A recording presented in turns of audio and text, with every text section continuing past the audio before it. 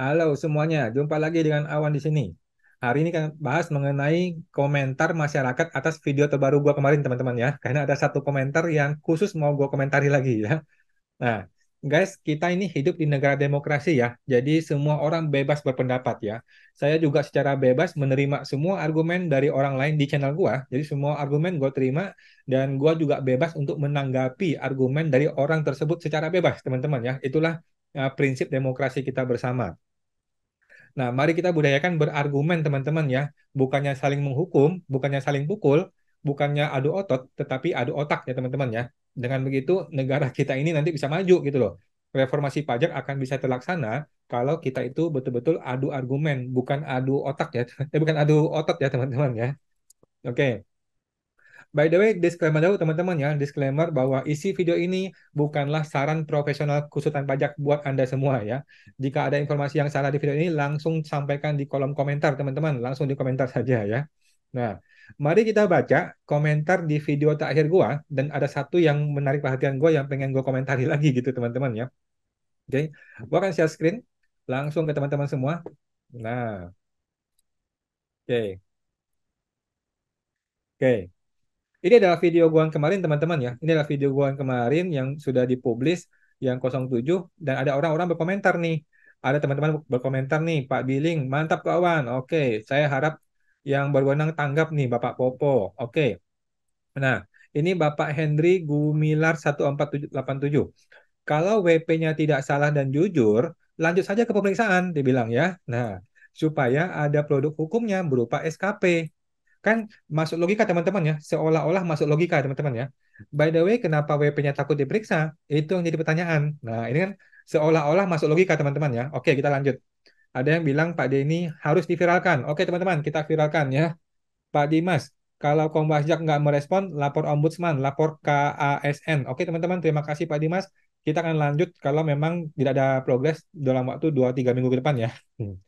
Laporin Wise Kemenkeu bakal diproses katanya Pak Juspa Paparasi. Oke, terima kasih Pak Juspa. Kita akan lanjut ke Wise Kemenkeu kalau memang sudah tidak ada harapan di Komwasjak ya teman-teman. Kita masih menaruh harapan besar pada Komwasjak. Oke, sekarang kita lanjut ke ini nih, Pak Hendri nih, Pak Hendri. Saya ulang lagi teman-teman ya, biar teman-teman ingat ya. Kalau WP-nya tidak salah dan jujur, lanjut saja ke pemeriksaan, dibilang. Supaya ada produk hukumnya berupa SKP, teman-teman ya. SKP itu adalah surat ketetapan pajak hasil pemeriksaan. By the way, kenapa WP-nya takut diperiksa? Itu yang jadi pertanyaan, teman-teman ya. Nah, kalimat ini sepintas wajar-wajar saja. Sepintas itu normal-normal saja, teman-teman ya. Tetapi gua akan kasih argumen gua terhadap komentar ini, teman-teman ya. Nah, orang ini teman-teman ya, orang ini membuat komentar seperti ini. Ada tiga kemungkinan teman-teman ya. Ada tiga kemungkinan orang berkomentar seperti itu. Apakah itu AR Anda, apakah itu orang pajak yang mengurusin Anda, dan sebagainya lah ya. Pokoknya kalau ada orang pajak atau siapapun berargumen seperti itu, ada tiga kemungkinan. Yang pertama, entah memang dia orang bodoh, ya. Yang pertama nih, entah memang dia ini orang bodoh. Yang kedua, atau dia pura-pura bodoh, ya. Dia itu bukan orang bodoh, tapi pura-pura bodoh. Atau yang ketiga, dia pikir kalian semua nih, Anda semua nih, teman-teman yang bodoh semua nih orang-orang ini ya. Jadi seluruh wajib pajak yang ketemu sama dia itu orang bodoh semua. Itu di pikiran dia, gitu. Jadi ada tiga kemungkinan teman-teman ya. Kemungkinan pertama adalah dianya bodoh, kemungkinan kedua adalah dia pura-pura bodoh. Kemungkinan ketiga adalah lu ini orang bodoh gitu. Dia pikir lu ini orang bodoh gitu teman-teman ya. Dia pikir Anda semua ini orang bodoh gitu teman-teman. Jadi sekarang gue akan kasih argumen ini, gue balas argumen ini dengan tiga argumen teman-teman ya. Dia kasih satu argumen, gue kasih tiga argumen ya teman-teman. Baik sekali ya gue ya. Jadi demi mendukung reformasi perpajakan, kita harus berantas oknum-oknum yang brengsek teman-teman ya. Dia kasih gue satu argumen, gue kasih tiga argumen. Oke, baik sekali ya. Yang pertama, dia bilang kalau WP tidak salah dan jujur, lanjut saja ke pemeriksaan supaya ada produk hukum berupa SKP. Oke, ini sepintas normal-normal saja teman-teman ya. Tapi saya balik tanya ke dia atau ke Anda deh, ke teman-teman semua ya. Karena kan kemungkinan orang ini udah menghilang ya. Orang ini kalau kita kita ajak diskusi publik ya menghilang pasti ya. Gini guys, gimana kalau besok saya bawa lu ke dinas narkoba, terus gue bilang, ayo tes narkoba yuk, gitu. Lah, lu kan bingung dong. Anda sebagai orang biasa kan bingung dong, kenapa gue mesti tes narkoba gitu. Memang aku salah apa bos? Ya, kan gitu ya di pikiran lu ya. Kalau ada orang mau bilang, ayo tes narkoba, lu kan bingung. Apa salah gua? Kenapa nih mesti tes narkoba gitu? Terus gue jawab ikuti pola pikir orang tadi itu ya, si orang bodoh tadi itu ya. Nah, kalau WP tidak salah dan jujur, lanjut saja ke pemeriksaan supaya ada produk hukum, supaya seberupa SKP. Nah, gue ganti kalimatnya nih, gue ganti kalimatnya. Bro, kalau Anda tidak salah dan jujur, kita lanjut aja ke pemeriksaan narkoba supaya ada produk hukumnya berupa hasil tes narkoba, gitu loh. Kan masuk akal dong argumen gue. Nah, kira-kira Anda mau nggak, guys?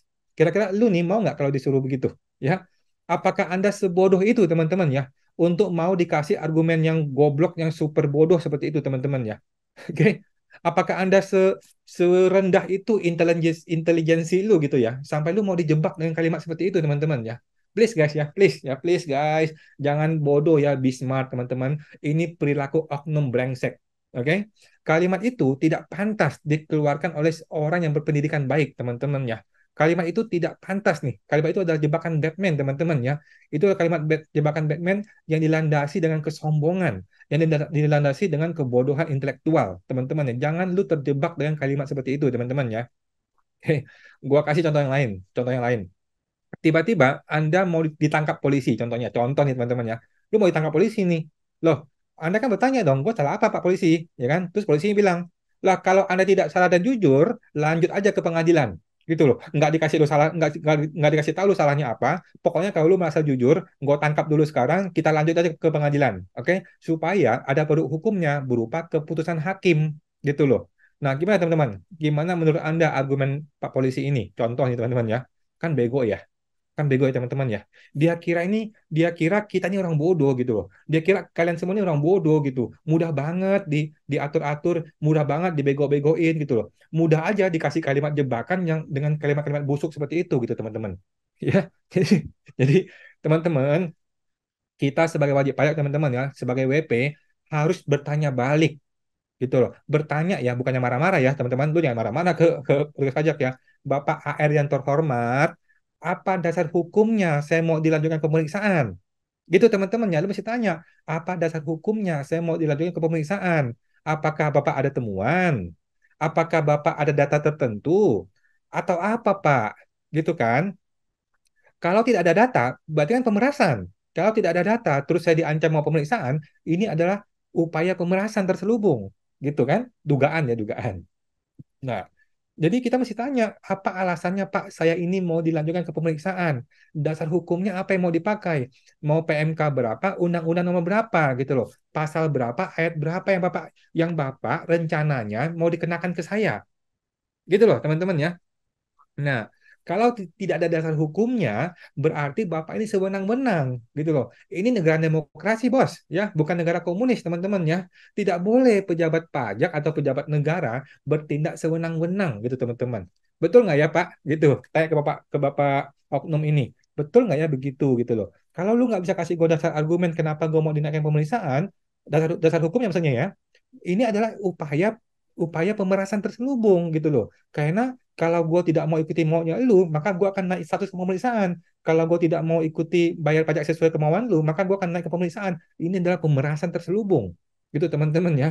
Jadi anda jangan bodoh teman-teman ya. Teman-teman wajib pajak harus membalikkan, bertanya balik.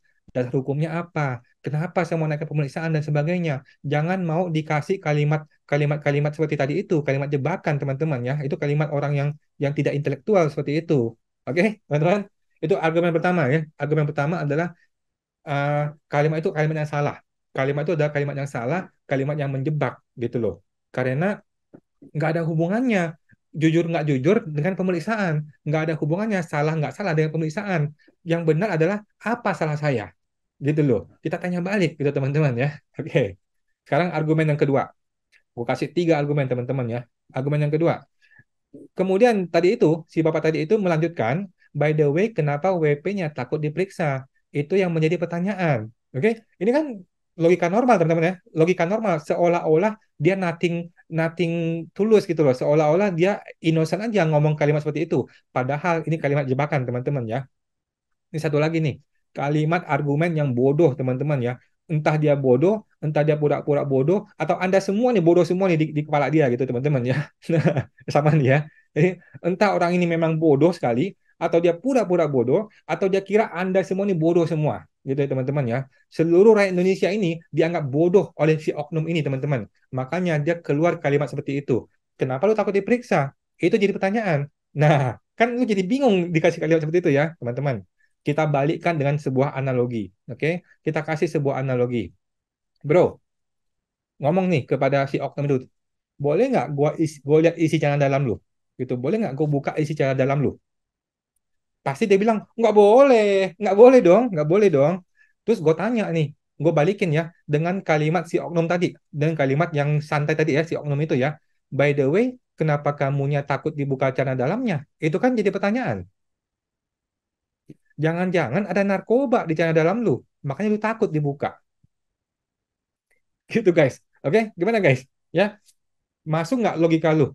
Perilaku oknum ini. Masuk nggak logika lu ya? Ya, gimana kalau HR ngomong begitu ke Anda? Nah, Anda tinggal jawab teman-teman dengan analogi yang tadi itu, ya. Tanya ke si oknum itu, Bapak AR yang terhormat, bolehkah saya lihat isi celana dalam Bapak? Terus dia pasti ngomel-ngomel dan sebagainya ya. Terus tuh tinggal tanya balik.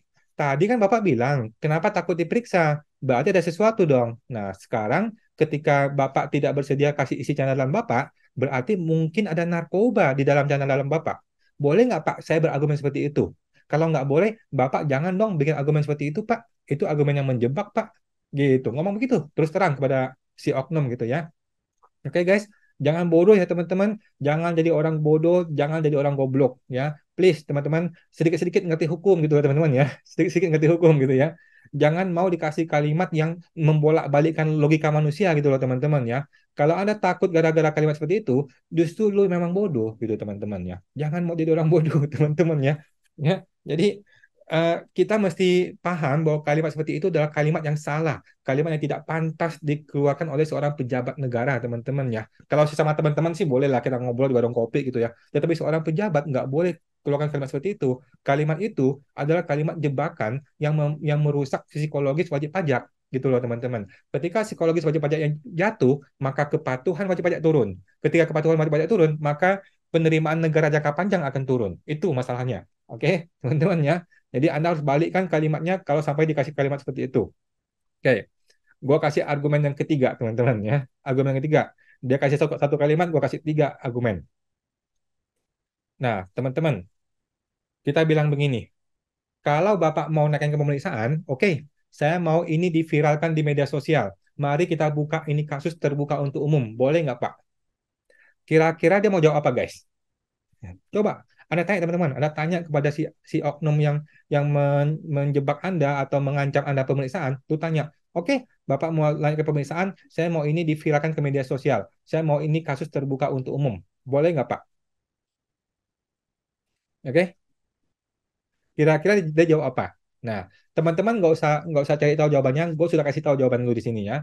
Melalui video-video gue sebelumnya, gue sudah kasih bukti, gue sudah kasih lihat video, gue kasih lihat emailnya, gue kasih lihat semuanya. Si oknum, si kepala seksi di pengaduan kantor pusat, si pejabat kantor pusat sampai ke Komwasjak semuanya tidak ada satupun yang berani atau mau terbuka untuk umum membicarakan kasus internal mereka.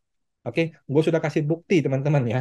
Jadi mereka sendiri tidak pernah mau dan tidak pernah ingin untuk terbuka secara umum. Sekarang pertanyaannya, apakah berarti mereka takut, teman-teman ya? Lah, mari kita gunakan argumen logika yang tadi pura-pura goblok itu, teman-teman ya. Yang tadi itu ya. Kalau andanya tidak salah dan jujur, lanjut saja kita viralkan ke publik supaya ada produk yang transparan berupa rekaman audiovisual untuk masyarakat. Kenapa takut diviralkan?